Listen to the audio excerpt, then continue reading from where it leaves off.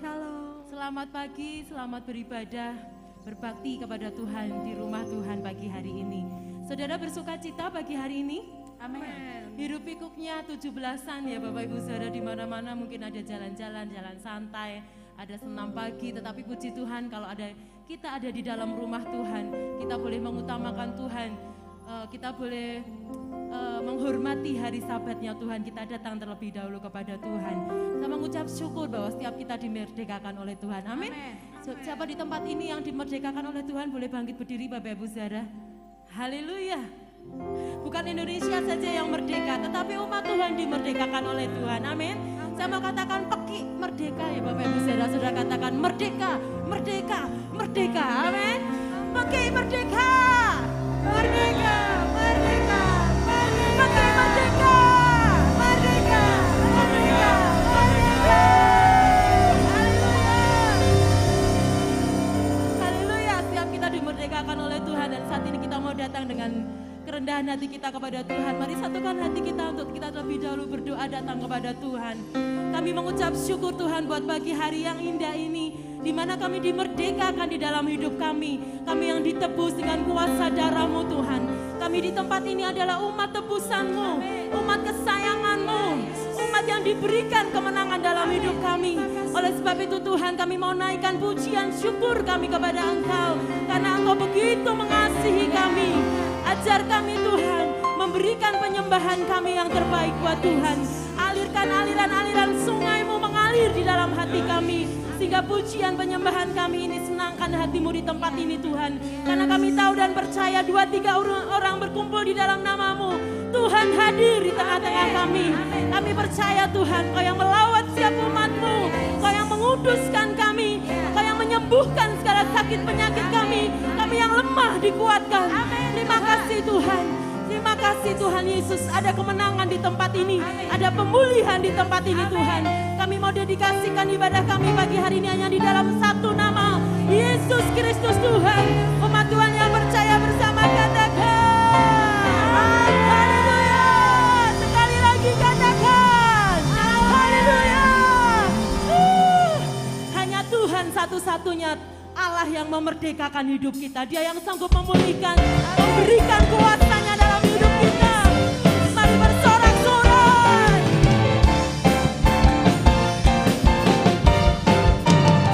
Mari bersama katakan, Kaulah satu-satunya sumber dari segalanya. Ya kebenaran, Kau kebenaran yang selalu ku pegang. Kau keyakinan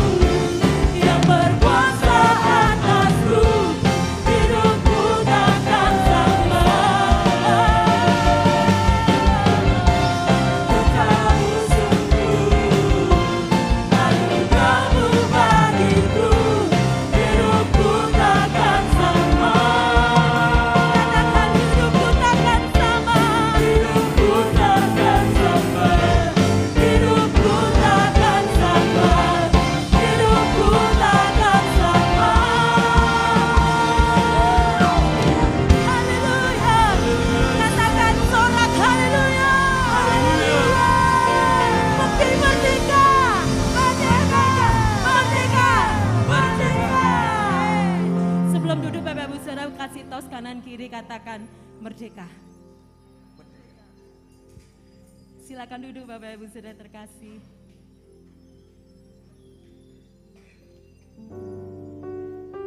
Mari kita menyembah Tuhan lebih lagi pagi hari ini. Berikan penyembahan-Mu yang terbaik buat Tuhan. Kami mau senangkan hati Tuhan pagi hari ini Yesus. Kami mau berikan yang terbaik hanya bagi Engkau Tuhan. Yesus Tuhan.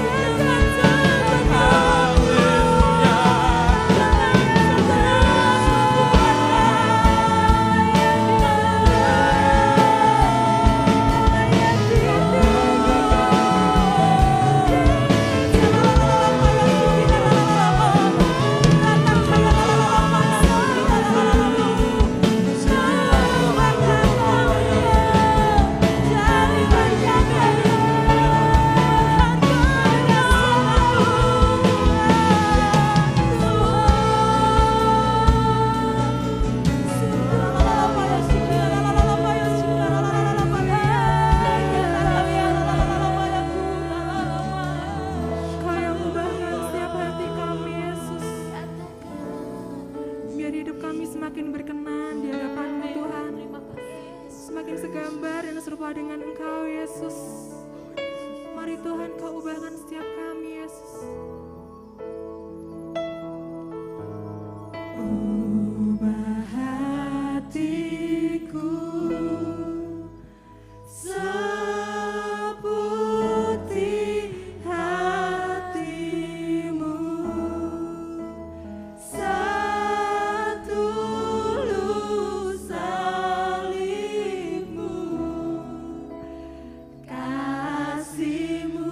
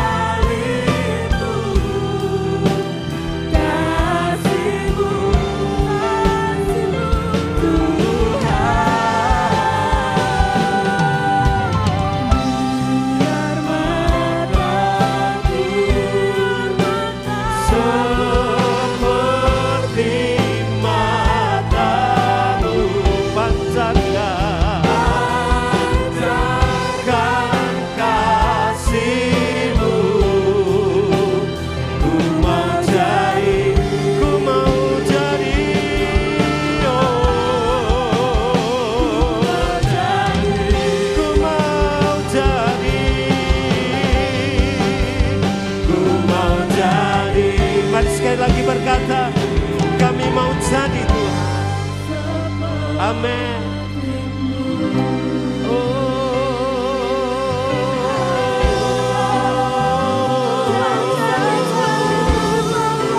Biar kami seperti-Mu, Engkau yang ubahkan kami. Biarkan mata kami seperti mata-Mu, hati kami seperti-Mu, seluruh hidup kami seperti-Mu Tuhan. Roh Kudus yang ubahkan kami, Roh Kudus yang menolong kami, Engkau yang menyempurnakan, Engkau yang menguduskan.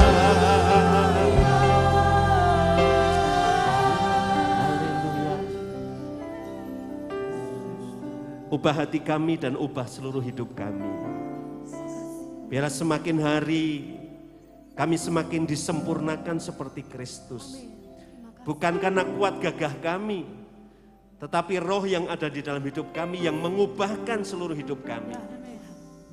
Baik pikiran kami, hati kami, mata kami, seluruh kehidupan kami diubahkan. Dan firman-Mu Tuhan yang akan memperbaharui kehidupan setiap kami. Biarlah hidup kami terus berpadanan dengan Injil Kristus, sehingga kami boleh diperbaharui dari hari ke hari, sehingga kami boleh menjadi sempurna. Terima kasih Bapa. Roh Kudus, berbicaralah bagi setiap kami, bentuk kami, dan ubahkan hidup kami. Biarlah kami terus menjadi murid-murid Kristus yang mempermuliakan Tuhan, dan melalui hidup kami banyak orang mengenal Tuhan, melihat Tuhan melalui kehidupan setiap kami, karena kami diubahkan. Terima kasih Bapak, kami buka hidup kami, berfirmanlah, kami siap mendengar. Mari yang berkati Tuhan berkata, amin. Silakan duduk Bapak Ibu yang dikasihi Tuhan. Shalom. Saya ingin percaya bahwa kita rindu terus untuk bertumbuh di dalam Tuhan. Dan pagi hari ini adalah pagi pertama untuk anak saya belajar memimpin pujian penyembahan, dan saya bersyukur bahwa pelayanan yang dibangun bukan berdasarkan kuat dan gagah, tetapi dengan doa dan air mata. Dan saya bersyukur bahwa regenerasi di dalam gereja Tuhan terus berjalan, termasuk di bidang multimedia dan di bidang-bidang yang lain. Untuk itu kami rindu bahwa kita terus belajar untuk membangun sebuah sinergi di dalam kehidupan kita sebagai umat Tuhan, sebagai pelayan, sebagai umat Tuhan yang ada di dalam gereja Tuhan di tempat ini, di komsel-komsel yang ada. Saya rindu bahwa kita bersinergi satu dengan yang lain untuk menyatakan kerajaan Tuhan dan saling melayani satu dengan yang lain. Bapak Ibu yang dikasihi Tuhan, pagi hari ini saya rindu berbicara tentang seni bekerja sama. Jadi tema pagi hari ini berbicara tentang seni bekerja sama. Rupa-rupanya untuk bekerja sama itu bukan sesuatu yang mudah. Untuk bekerja sama itu bukan asal bekerja sama, tetapi ada beberapa aturan, ada seninya, ada hukumnya di sana, dan kehidupan setiap kita sebagai umat Tuhan yang bekerja sama adalah satu kekuatan yang luar biasa, baik bagi gereja, bagi lingkungan masyarakat kita, bagi keluarga kita. Di dalam kehidupan setiap kita, kita tidak lepas dari yang namanya sebuah komunitas, sebuah kelompok. Kelompok terkecil ya tentunya keluarga. Dan ketika kita di dalam keluarga mengerti seni bekerja sama, kita hidup di dalam kebersamaan, kita bekerja sama-sama, maka saya ingin percaya sukacita, kebahagiaan di dalam keluarga kita itu akan menjadi baik. Kita punya apapun, kita kaya, kedudukan kita baik, hidup kita terpandang, tetapi apabila di dalam rumah tangga kita tidak ada kerjasama, suami sangat dengan istri tidak ada kerjasama, orang tua dengan anak tidak ada kerjasama, maka sekaya apapun sukacita di dalam hidup kita itu tidak sempurna. Kenapa?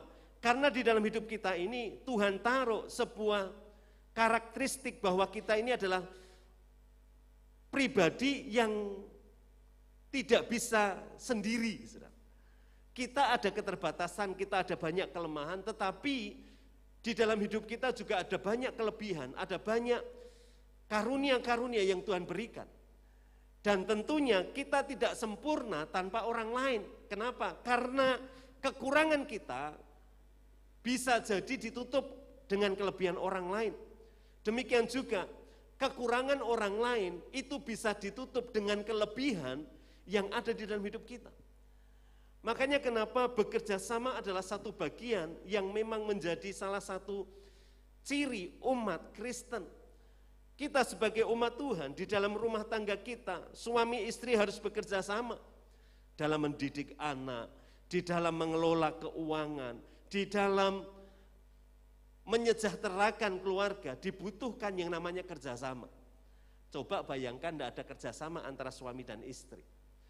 Suami ngatur uangnya sendiri, istri ngatur uangnya sendiri, saudara. Apa yang terjadi? Enggak ada kerjasama. Wes pokoknya, iki duitku tak entekke yo sak karepku, wong ini duitku kok, saudara. Tetapi untuk membangun keluarga yang sejahtera perlu kerjasama. Dalam bidang keuangan pun suami istri harus bekerja sama untuk menyejahterakan keluarga. Dari bapak ada berkat tiap bulan berapa, dari istri berapa, dikumpulkan, dikelola, bekerja bersama-sama. Kalau kurang bagaimana caranya? Itu sesuatu yang dikerjakan bersama-sama. Bekerja bersama-sama, ndak bisa kalau misalnya, wes bu, mongso borongo, gajiku rong 2 juta, cukup, ra cukup, sak karepmu. Nek ra cukup, golek dhewe.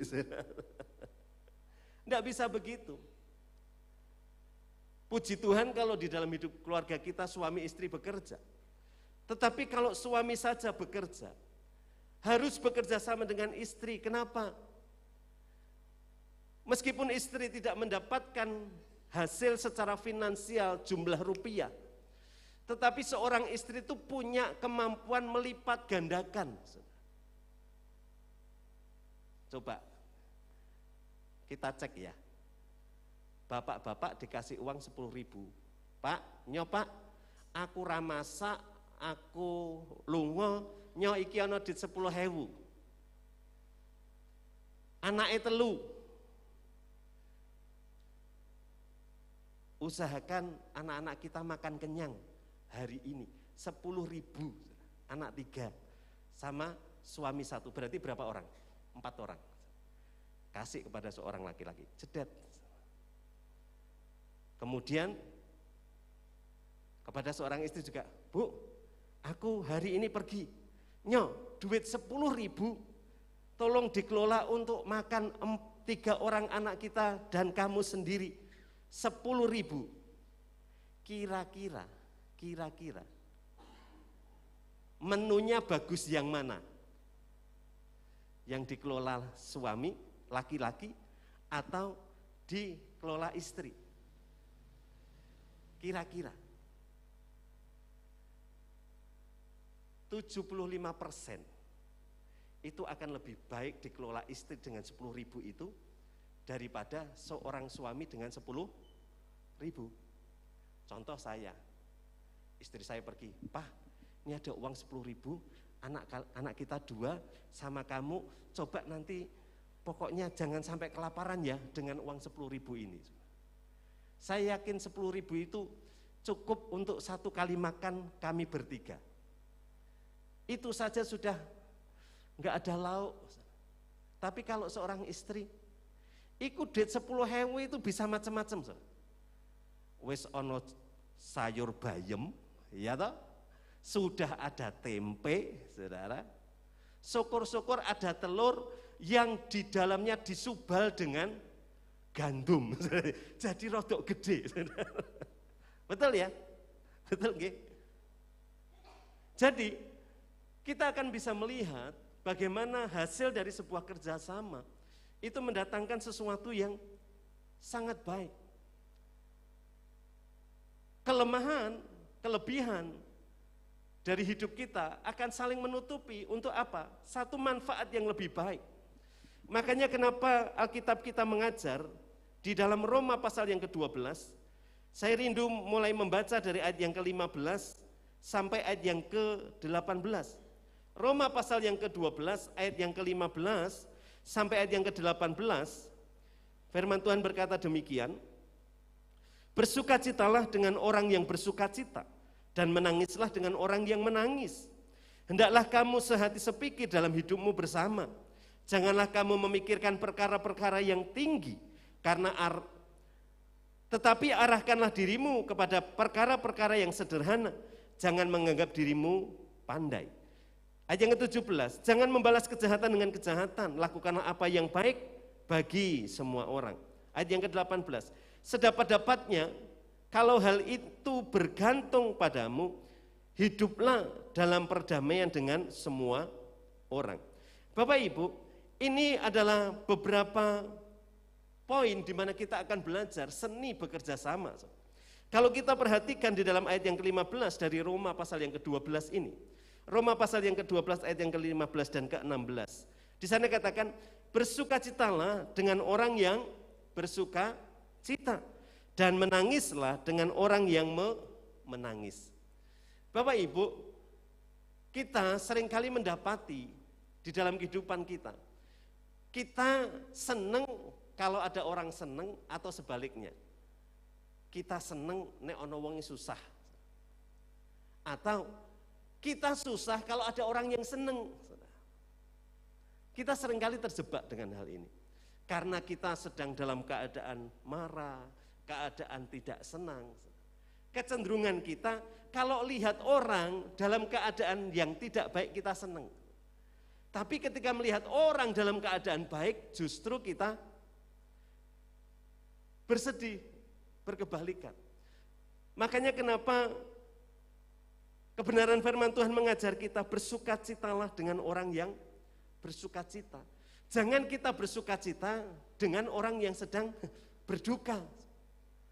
Atau sebaliknya, jangan kita berduka dengan orang-orang yang sedang dalam keadaan bersukacita. Bukan berarti kita mau mempengaruhi mereka dengan kondisi kita, tetapi ayat ini mengajar kita harus memposisikan diri dengan tepat. Karena kalau kita sedang berhadapan dengan orang berduka, orang sedang kekurangan, orang sedang kehilangan, kita bicaranya tentang, wah aku ingin untuk duit sakmene. Wah duit ki rumah saku gampang men, saudara. Kira-kira orang yang dalam keadaan kekurangan, apakah merasa terhibur dengan perkataan-perkataan kita yang menunjukkan kesenangan kita tadi, kebahagiaan yang sedang terjadi dalam hidup kita? Tidak. Hal ini akan mempengaruhi suatu hubungan. Jangankan kita berbicara yang lebih dalam tentang bekerja sama. Untuk menjadi klop, untuk menjadi nyaman ketika ketemu, itu titik temunya tidak ada. Tetapi beda ketika kita memposisikan diri, mau mengerti, mau memahami kondisi orang yang sedang berduka itu, kita juga merasakan beban mereka, kita mendoakan, kita mendukung. Maka orang yang berduka itu akan mengalami berkat dari hubungan yang terbangun. Makanya kenapa Alkitab kita mengajar kita bersukacitalah dengan orang yang bersukacita dan menangislah dengan orang yang menangis. Supaya apa? Kita boleh belajar memahami keadaan sesama kita. Terlalu banyak orang terlalu memikirkan diri sendiri sehingga menjadi satu hal yang membuat kerjasama, jangankan kerjasama, satu hubungan menjadi tidak nyaman. Kenapa? Karena pusatnya, fokusnya adalah diri kita, bukan orang lain. Makanya kenapa kita sebagai umat Tuhan di dalam kehidupan kita berkeluarga, di dalam kehidupan kita bergereja, berkomsel, bermasyarakat, kita perlu membangun satu kehidupan di mana kita mau memahami dan mau bekerja sama dengan orang lain. Ada beberapa hal yang kita pelajari bahwa di dalam menjalin kerjasama, baik kita dengan orang lain di dalam satu tubuh Kristus, ada beberapa hal yang perlu kita waspadai. Yang pertama Bapak Ibu, kita tidak menganggap diri kita pandai. Sebuah kerjasama tidak akan terjadi ketika salah satu orang merasa paling pintar, paling hebat, paling jago. Kalau ada satu hubungan antara dua orang, yang satu menganggap diri pandai, maka kecenderungan yang pasti terjadi adalah orang yang menganggap dirinya pandai ini akan memposisikan diri sebagai pemimpin, sebagai bos, sebagai leader, akan ngatur-ngatur.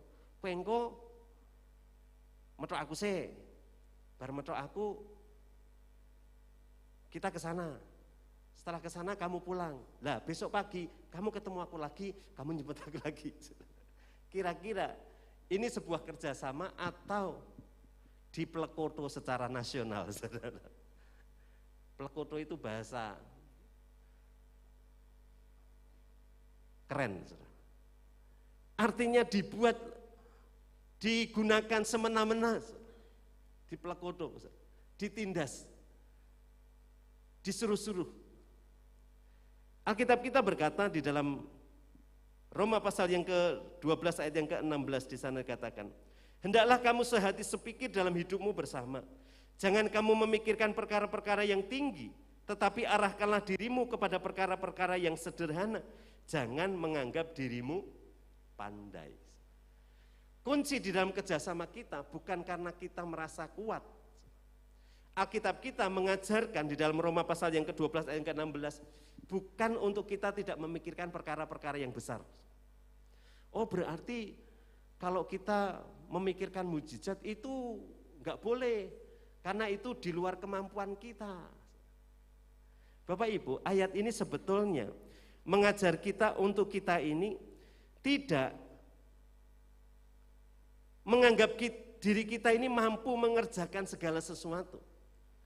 Tetapi kita merendahkan diri kita memikirkan perkara-perkara yang janganlah kamu memikirkan perkara-perkara yang tinggi, tetapi arahkanlah dirimu kepada perkara-perkara yang sederhana. Ini bukan berbicara tentang hal-hal besar yang orang Kristen tidak boleh pikirkan. Tetapi hal-hal yang besar, perkara-perkara yang tinggi, itu adalah perkara-perkara yang tidak didasarkan oleh kepercayaan kepada diri sendiri, tetapi kepada kepercayaan kita kepada Tuhan yang sanggup mengerjakan segala sesuatu dalam kehidupan saudara dan saya.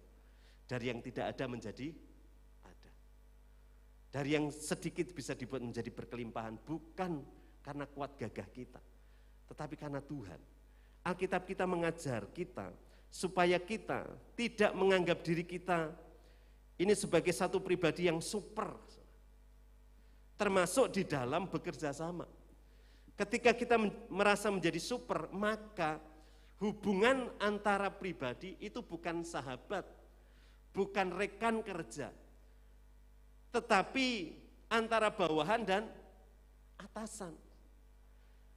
Makanya kalau kita di dalam keluarga membangun sebuah konsep hubungan karena kita mempercayakan diri kita kepada kepandaian dan kekuatan kita, maka siapa yang kuat, siapa yang pandai, siapa yang banyak bicara, itu yang akan memimpin.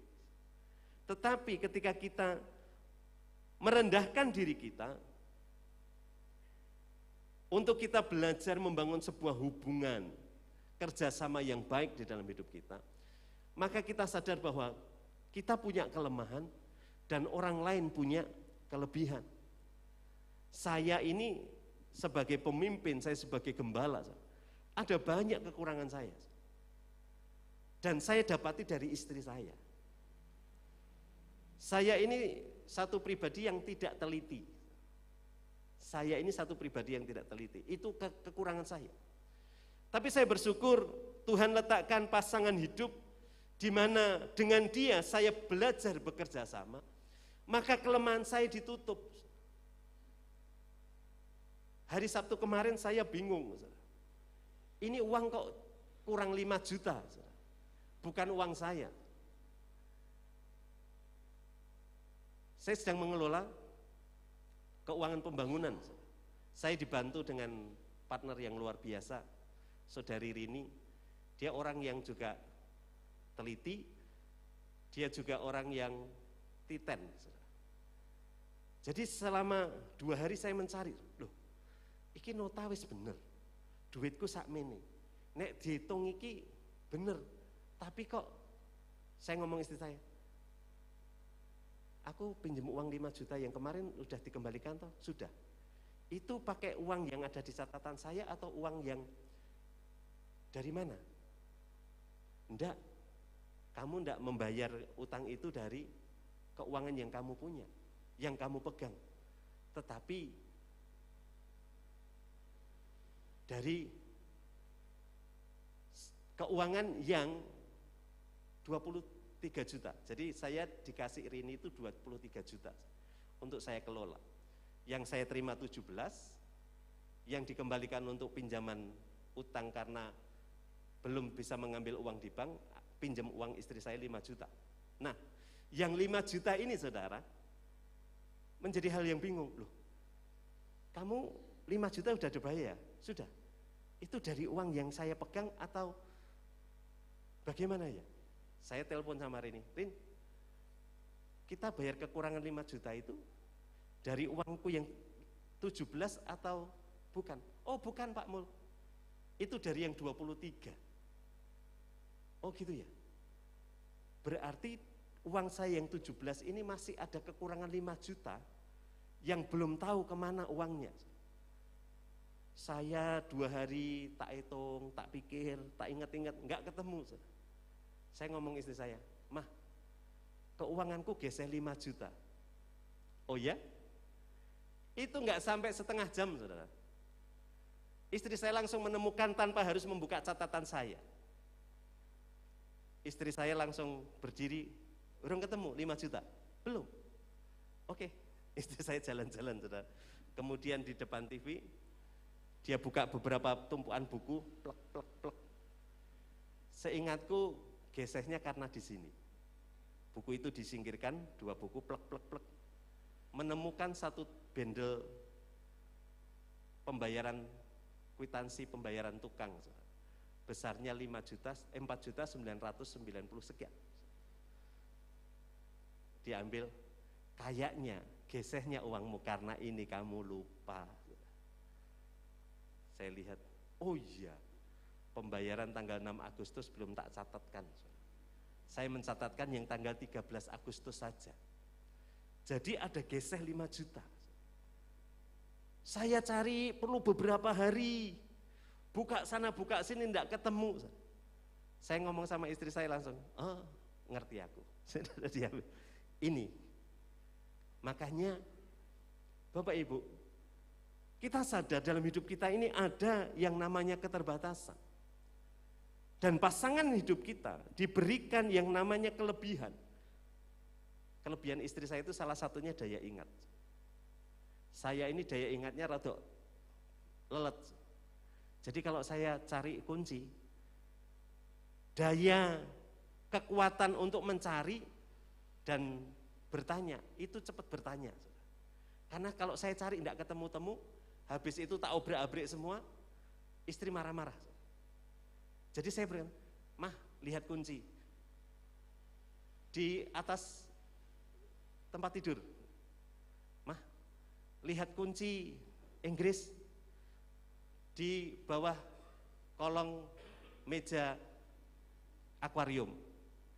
Mah lihat isolasi, selorokan sebelah kanan di depan sebelah ketemu, saudara.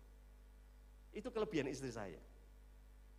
Dan ketika bekerja sama menjadi sesuatu yang indah. Makanya Bapak Ibu, dalam kehidupan kita harus sadar bahwa kita harus menganggap diri kita bukan satu pribadi yang pandai, tetapi kita berusaha untuk menyadari dan berusaha untuk menghargai kekuatan, kemampuan dari orang-orang yang ada di sekitar kita. Yang kedua, di dalam membangun seni, di dalam membangun kerjasama adalah kita tidak boleh membalas kejahatan dengan kejahatan. Tidak dapat dipungkiri di dalam kehidupan kita, di dalam berelasi, dalam berhubungan baik keluarga, komunitas, masyarakat. Kita ini kadang-kadang terlukai, atau ada orang yang berbuat kesalahan, atau orang dengan sengaja berbuat sesuatu yang menurut kita tidak baik, maka Alkitab kita berkata, jangan membalas kejahatan dengan kejahatan. Lakukan yang baik bagi semua orang. Salah satu kunci di dalam kerjasama itu tidak mengingat-ingat kesalahan orang, bahkan tidak membalas kejahatan dengan kejahatan. Yo wes, kowe melakukan itu, yo titenono, aku yo iso, saudara. Dalam hidupan rumah tangga, tidak dapat dipungkiri ada orang-orang yang jatuh di dalam perselingkuhan. Tetapi sebagai pasangan yang mau bekerja sama dengan baik, membangun bahtera rumah tangga, membangun kehidupan yang baik, kita tidak berkata, ya wis, kowe selingkuh oke, tapi titenono, aku engko ya selingkuh. Waduh, saudara. Balas kejahatan dengan kejahatan, hancur hidup keluarga kita. Makanya Alkitab kita memberi tuntunan jelas, jangan membalas kejahatan dengan kejahatan. Lakukan yang baik bagi semua orang. Membangun kerjasama atas hidup kita diperlukan satu sikap untuk melakukan yang baik.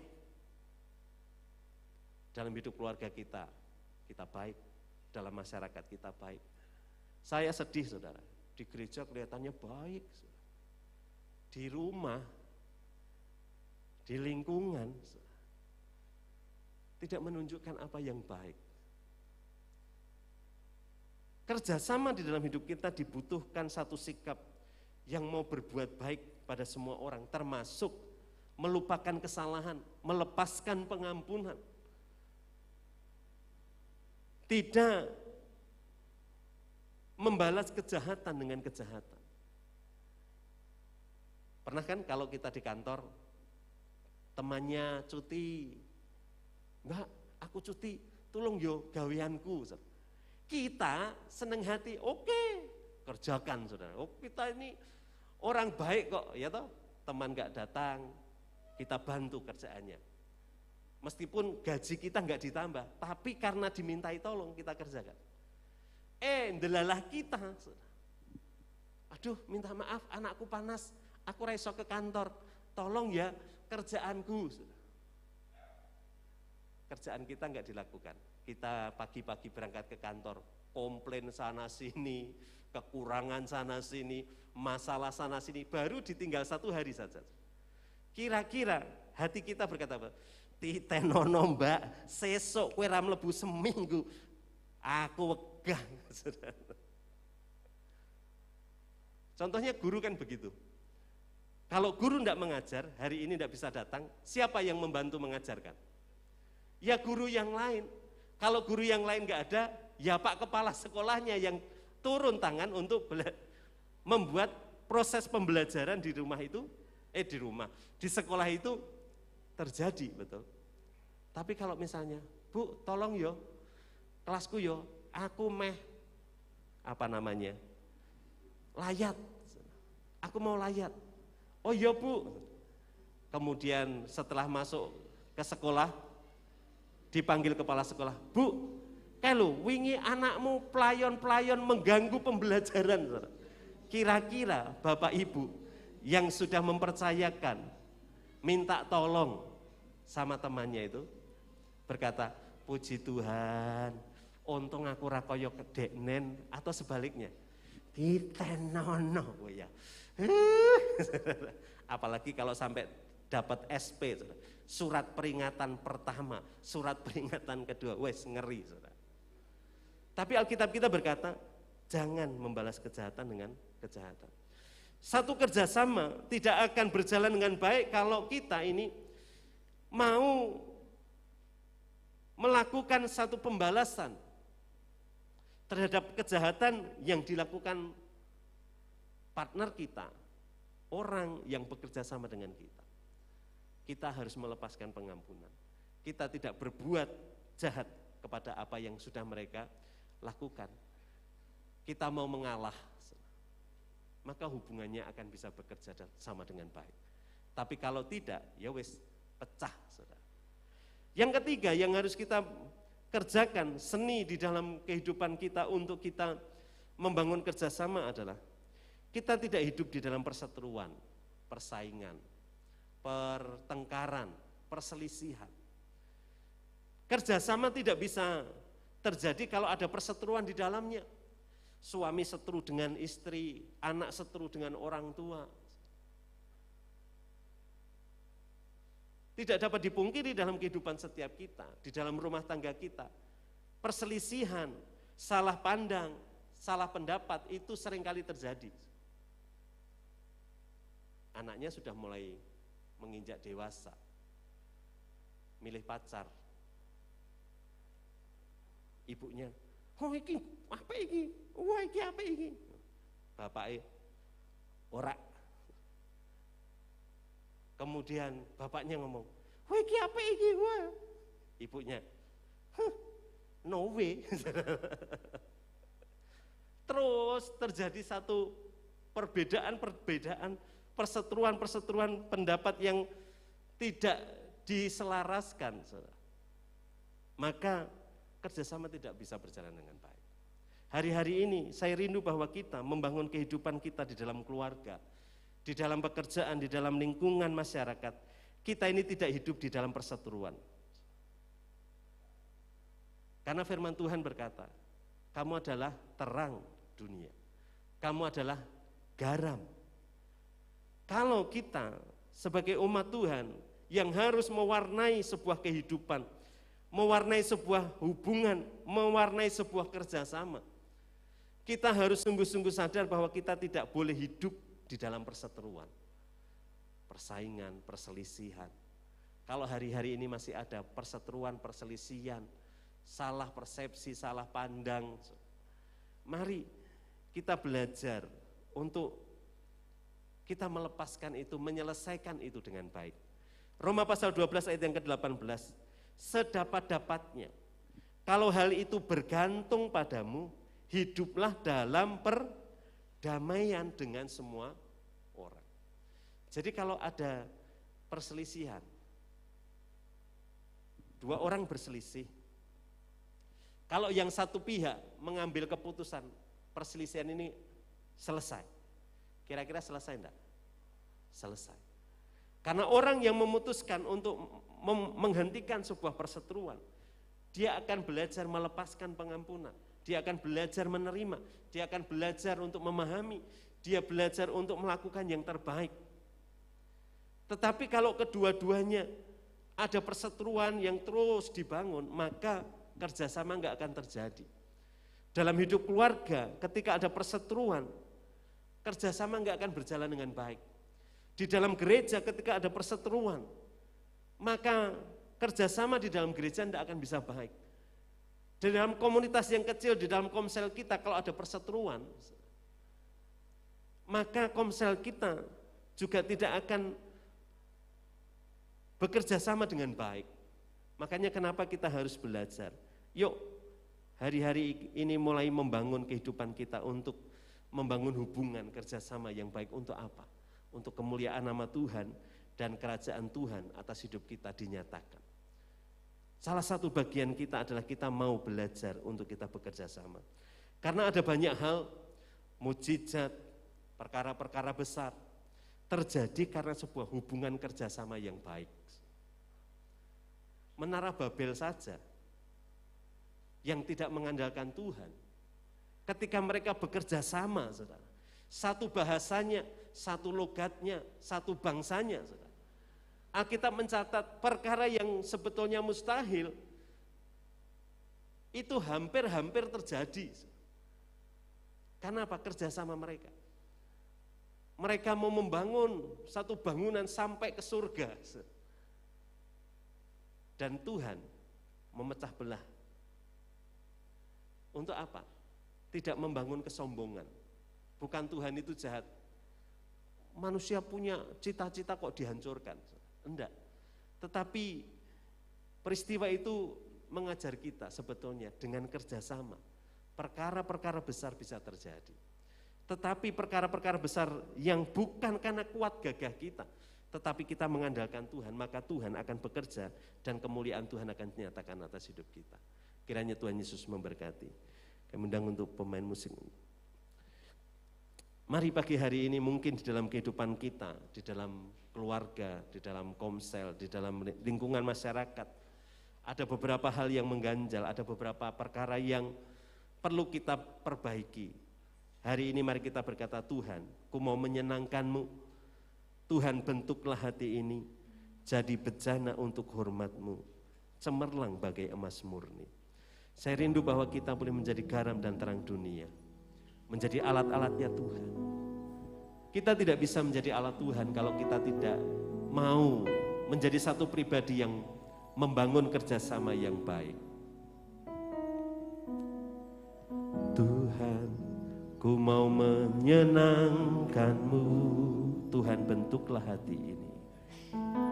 Tuhan, bentuklah hati ini jadi bejana untuk hormat, jadi bejana untuk hormat-Mu, cemerlang bagai emas murni. Tuhan, ku serahkan hidupku.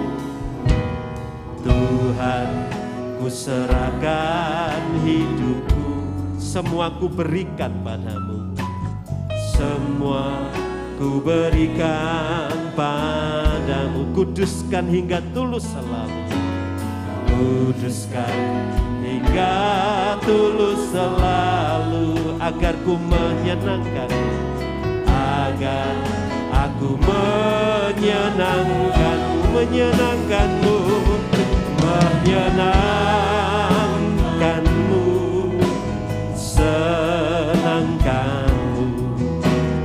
Hanya itu kerinduanku, menyenangkanmu, menyenangkanmu, senangkan hatimu. Hanya itu kerinduanku. Mari kita berdiri bersama-sama dan berkata, Tuhan, aku mau menyenangkan-Mu.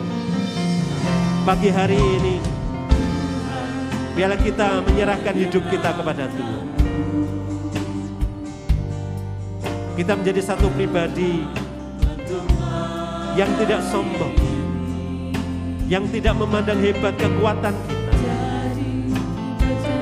tapi kita menyerahkan hidup kita untuk kita mau bekerja sama, menjadi berkat, menjadi hormat bagi kemuliaan nama Tuhan. Tuhan, ku serahkan hidupku, semua ku berikan padamu, semua ku berikan padamu. Kuduskan hingga tulus selalu, agar aku menyenangkan. Mari berkata, menyenangkan-Mu, senangkan-Mu. Hanya itu kerinduanku, menyenangkan-Mu, menyenangkan-Mu, senangkan hatimu. Mari minta Roh Kudus mengajar kita menyenangkan-Mu, menyenangkan-Mu, senangkan-Mu. Hanya itu kerinduanku, menyenangkan-Mu, menyenangkan-Mu, senangkan hatimu. Hanya itu kerinduan, hanya itu, hanya itu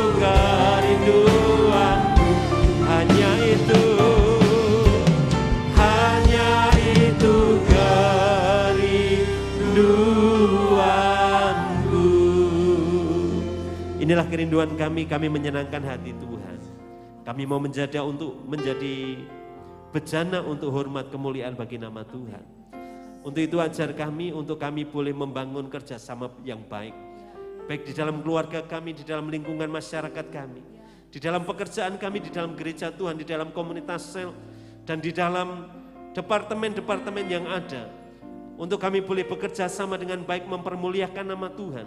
Membangun relasi yang baik dengan sesama. Maka kami tahu kelemahan kami akan ditutup dengan kelebihan orang lain. Demikian juga kekurangan orang lain tertutup dengan kelebihan yang Tuhan taruh atas hidup kami. Biarlah kami jadi garam dan terang dunia, sehingga hidup kami boleh mewarnai komunitas kami masing-masing, dan nama Tuhan dipermuliakan. Kami menjadi pribadi-pribadi yang membawa berkat, membawa dampak positif di mana Tuhan tempatkan kami, dan nama Tuhan yang terus dipermuliakan. Terima kasih, kami bersyukur untuk firman-Mu. Bila firman-Mu mengubahkan kehidupan setiap kami menjadi bejana untuk hormat kemuliaan bagi nama Tuhan. Kami bersyukur, hanya dalam nama Tuhan Yesus kami berdoa. Mari yang diberkati berkata, amin. Silakan duduk Bapak Ibu, kita akan mendengar pengumuman untuk 1 minggu ke depan. Kasih dalam Tuhan. Berikut adalah informasi-informasi